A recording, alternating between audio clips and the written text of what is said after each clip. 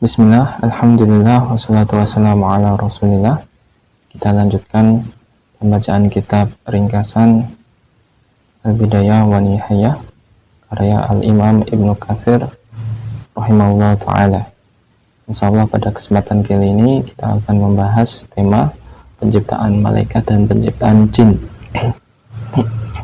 Kita masuk ke bab penciptaan malaikat serta sifat-sifat mereka alaihimussalam. Ada banyak ayat yang menyebutkan tentang keberadaan malaikat. Allah Subhanahu wa taala menyifati mereka sebagai makhluk yang kuat dalam beribadah, dalam penciptaan.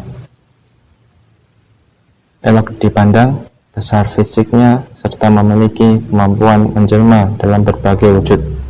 Ada kalanya mereka menjelma menjadi seorang pemuda tampan yang datang dalam rangka menguji dan mencoba hingga hujah tegak atas kaum Lut. Lalu Allah mengazab mereka dengan azab dari yang maha perkasa, maha kuasa.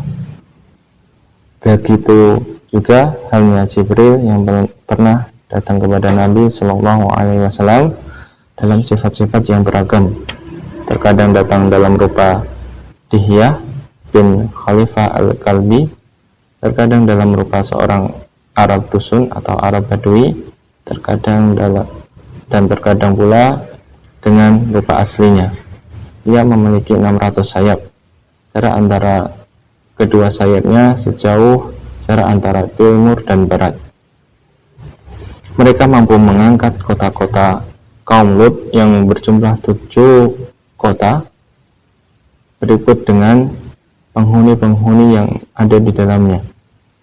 Sedang jumlah mereka waktu itu mendekati 400.000 malaikat.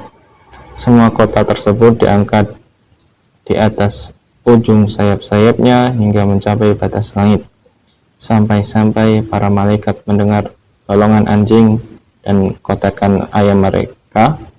Kemudian mereka membalikannya hingga bagian atasnya menjadi bagian bawahnya. Jadi di sini ada yang awal di sini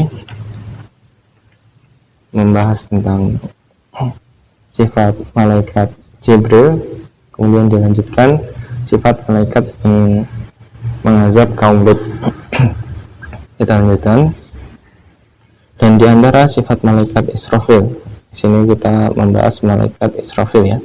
Malaikat Israfil alaihi salam, bahwa dia merupakan salah satu pengusung Al-Ars yang akan meniup sangkakala atas perintah Rabbnya dengan 3 tiupan. Jadi tidak hanya 1 kali ya, tapi ada 3 tiupan. Pertama, tiupan mengejutkan, kedua tiupan mematikan, ketiga tiupan membangkitkan kembali. Dari Abu Sa'id, ia berkata Rasulullah Shallallahu Alaihi Wasallam pernah menyebutkan sahih malaikat peniup sangkakala. Di sebelah kanannya ada Jibril dan di sebelah kirinya ada Mikail alaihimussalam. Hadis riwayat Ahmad. Malaikat Jibril turun dengan membawa petunjuk kepada para Rasul Allah untuk disampaikan kepada umatnya. Malaikat Mikail diserahkan mengurusi air hujan dan tumbuhan yang dari keduanya beragam rezeki tercipta di dunia ini. Mengenai malaikat maut, maka namanya tidak disebutkan secara jelas, baik dalam Al-Quran maupun dalam hadis-hadis yang sahih. Adapun penamaannya dengan malaikat Israel, hal itu tercantum di beberapa athar. Wallahu a'lam. Di antara malaikat yang namanya disebut dalam hadis adalah malaikat Munkar dan Nakir alaihi wassalam. Di dalam hadis-hadis, keduanya dikenal sebagai malaikat penanya di dalam kubur. Yang bertindak sebagai penjaga surga adalah malaikat yang biasa dikenal dengan nama malaikat Ridwan. Penamaan ini disebutkan secara tegas di dalam beberapa hadis. Di antara mereka ada yang diserahkan untuk menjaga neraka dan penjagaannya adalah malaikat Malik. Ada juga malaikat diserahkan untuk mencatat amal-amal hamba sebagaimana firman Allah Subhanahu wa taala, "Yatalaqal mutalaqqiyani anil yamini wa anil shimali qa'id. Itu ketika dua malaikat mencatat amal perbuatannya, seorang duduk di sebelah kanan dan seorang yang lagi duduk di sebelah kiri. Surat Al-Qaf ayat 17. Para ulama berbeda pendapat tentang pengutamaan malaikat atas manusia. Umar bin Abdul Aziz berkata, tidak ada satu makhluk pun yang lebih mulia di sisi Allah dibanding orang yang mulia dari Bani Adam. Ia berdalil dengan firman Allah Subhanahu wa taala, innal ladzina amanu wa amilus solihati ulaika hum khairul bariyah. Sesungguhnya orang-orang yang beriman dan mengerjakan amal saleh, mereka itu adalah sebaik-baik makhluk. Quran surat Al-Bayyinah ayat 7. Pendapat ini disepakati oleh Umayyah bin Amr bin Sa'id. Ira bin Malik berkata, tidak ada satu makhluk pun yang lebih mulia di sisi Allah dibanding para malaikat. Jadi di sini ada dua pendapat ya. Yang pertama pendapat Umar bin Abdul Aziz, yang kedua ada pendapat Ira bin Malik. Umar bin Abdul Aziz berkata kepada Muhammad bin Ka'ab al-Khurzi, apa pendapatmu tentang ini, wahai Abu Hamzah? Abu Hamzah atau nama kunyah dari Muhammad bin Ka'ab al-Khurzi. Dia menjawab, Allah telah memuliakan Adam, lalu ia menciptakannya dengan tangannya, meniupkan ruhnya kepadanya. Para malaikat bersujud kepadanya, serta anak keturunannya dijadikan sebagai nabi dan rasul. Umar bin Abdul Aziz pun sepakat dengan pendapat tersebut. Namun orang yang berpendapat seperti ini berdalil dengan yang bukan dalilnya. Dan selemah-lemah dilalah penunjukan adalah apa yang disebutkan secara jelas mengenai hal itu pada firman Allah.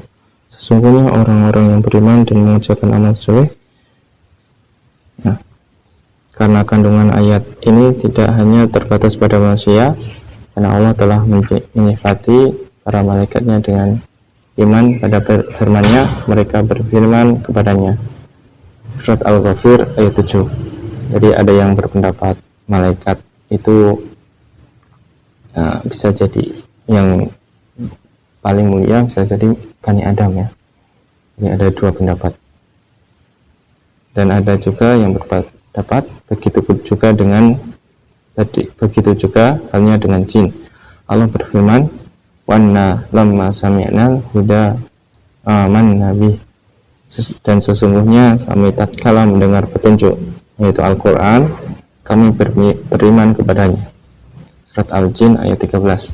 Aku atau penulis yaitu Ibnu Katsir berkata, sebaik-baik hujah yang dapat dijadikan dalil dalam permasalahan ini bahwa manusia lebih mulia dibanding malaikat adalah apa yang diriwayatkan oleh Utsman bin Sa'id Ad-Darimi dari Abdullah bin Amr secara marfu adalah yang sudah masyhur ya, sudah terkenal.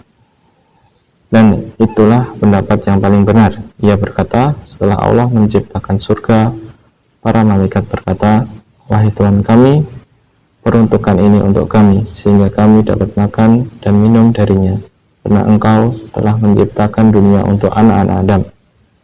Allah berfirman, aku tidak akan menjadikan posisi keturunan yang soleh dari makhluk yang aku ciptakan dengan tanganku sebanding dengan makhluk yang aku ciptakan yang aku hanya berkata kepadanya jadilah, maka jadilah ia. Hadis riwayat An-Nasa'i. Kita lanjut ke bab berikutnya, yaitu bab penciptaan jin dan kisah setan atau iblis ya. Rasulullah SAW bersabda, para malaikat diciptakan dari cahaya, jin diciptakan dari nyala api, sedang Adam diciptakan dari sesuatu yang telah disifatkan kepada kalian. Hadis riwayat Muslim dalam sahihnya dan hadis riwayat Ahmad. Banyak ulama tafsir berpendapat bahwa jin diciptakan sebelum Adam alaihi salam. Penghuni bumi sebelum manusia adalah al-hin dan al-bin. Mereka adalah golongan jin yang paling lemah dan rendahan, adalah al-hin dan al-bin. Lalu Allah menjadikan bangsa jin menguasai mereka. Bangsa jin memerangi mereka serta mendiami bumi setelahnya, disebabkan karena kejahatan yang mereka perbuat. Ad-Dhahhak menceritakan dari Ibnu Abbas bahwa ketika bangsa jin berbuat kerusakan di muka bumi dan menumpahkan darah, Allah mengutus iblis kepada mereka yang disertai oleh tentara-tentara dari malaikat. Jadi di sini iblis masih dalam tanda kutip masih baik ya, karena di sini bersama tentara dari malaikat. Para malaikat memerangi dan mengusir mereka dari bumi hingga sampai ke pulau-pulau yang dikelilingi lautan. Al-Hasan Al-Basri berkata, iblis bukan sama sekali dari bangsa malaikat.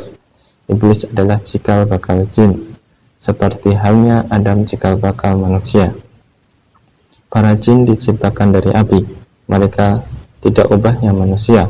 Mereka makan, minum, dan berketurunan. Di antara mereka ada yang beriman dan ada pula yang kafir. Pendapat yang benar bahwa jin yang mukmin akan masuk surga.